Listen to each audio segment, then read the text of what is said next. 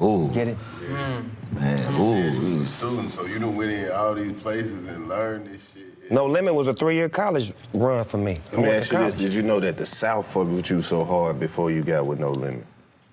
Oh, my family from the South. What's that? I knew that because it's like the way my voice sound is comforting to the South. It's got that twang to it. But it was kind of fucking the East Coast up because they like, this nigga sound like one of them country niggas, but he from the West. Right. It was subtle. But damn, this nigga saying some slick shit though. Right. So it was like it was breaking everybody's frequency because I got all that in me. Yeah. My family background in Mississippi. Yeah. Mama and daddy. I already know. We just Mississippi migrated. niggas everywhere. Mississippi niggas everywhere. And don't you ever forget it. Sip, sip. Come on. Yeah, your flow easy to listen to for damn near anybody, especially for the South. You like, yeah, you just sound like you talking. You know how you got a calling, you got a God-given talent and a voice. Like on any song, it's supposed your voice sound like it's supposed to be on there. Even if it don't, it made it sound better. You know what Babyface told me? What? Nigga said, Snoop Dogg, your voice is an instrument. That's real. It's not a vocal. And you have to treat it like that. He compared me to Miles Davis when I worked with him, cuz I'm like, damn, I went and started listening to cuz music. And I'm like, damn, this nigga don't even be saying nothing on his music. Right. He like, cause his music is an instrument. And your voice is an instrument. That's why that shit fit with everything you put it in. It's just a matter of what kids played in. Fact. Nigga said Babyface told him that. The nigga that made shoot 'em up movies. You gotta take that goddamn advice. That's crazy. Like, I had some vocal direction from Babyface back. Talk that shit, nigga. lit. Talk that shit, nigga. Let me see you hit a note. I'm on my feet now, damn, no cap. What were you saying? He just asked you about the No Limit. Like when you went down to New Orleans, I heard you say that you just saw how different the program was run by Master P. Like, what are some of the first things that you saw that let you know, like, oh, this different how they doing it down here? They were soldiers, for real, organized, structured, and them niggas didn't play. And P was serious about his business as far as like, when I first got there, first thing he was saying was like, C, don't take that nigga to the Cali old projects, bruh. As soon as he turned his back, C took me to the Cali old projects. Soldier Slim, don't have that nigga in the Magnolia. I'm in the Magnolia. Right. So it's like I'm violating, but then I'm listening, and then I'm watching how they not listening. Then I said, no, I'm not gonna be a bad student. I'm gonna stop doing what they doing. Got me an apartment out there first. I lived in the No Limit apartment system. Nigga, it was like the projects, nigga. Everybody had an apartment in that motherfucker. It just was ghetto, nigga. No Everybody Limit apartment system. They need to make a movie about that shit. Nigga, everybody lived in the apartment. It was some ghetto shit in Baton Rouge, nigga, I swear to God. From there, he was like, okay. From there, he was like, okay, we work at the ice cream shop. Nigga, the ice cream shop was a bank. Nigga, it was a bank at the daytime, and then at 5 o'clock, it was a studio. So the bank was right here and the studio was right here, so we couldn't come in till after the bank closed. Right. We in that motherfucking little ass room. It's a nigga in this room, a nigga in this room, and a nigga in this room. But it's a machine.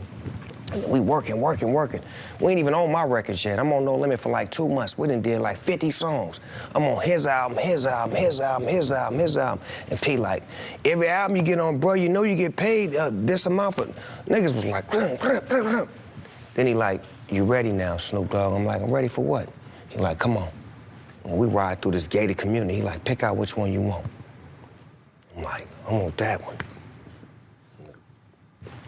Sign it in your name. You and your wife go down to that dealership. Pick out whatever two y'all want. Which one you want, boo? I want that one, in your name. It's the first time shit was in my name. Everything was in Suge Knight name. So this nigga showing me off the rip, I paid that nigga, gave you some chips.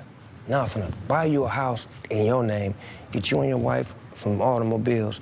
You ain't gotta go back to California, nigga. Spend your time in school and get your degree. And that's what I did.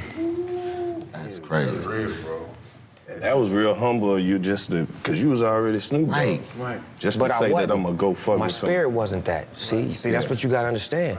Them niggas broke my spirit, man. Right. They broke me, bring it man. back, bring it They back. broke my spirit, man. Look, Doggy Style, working on Dogfather, win my murder case, Dre leaves, Tupac get killed, Suge going to jail, Death Row want to kill me. Damn, nigga. Take a nap. This all in the same crazy. year. Yeah. Didn't cry, didn't complain, didn't beg, didn't ask nobody for nothing. Took it on the chin and just stood tall.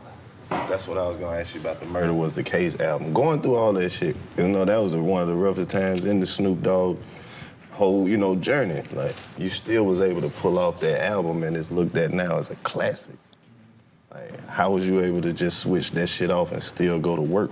Because I wrote the song before the murder case. That's what niggas didn't know. They thought I caught the case and wrote a song about it. Nigga, that's stupid. Back then.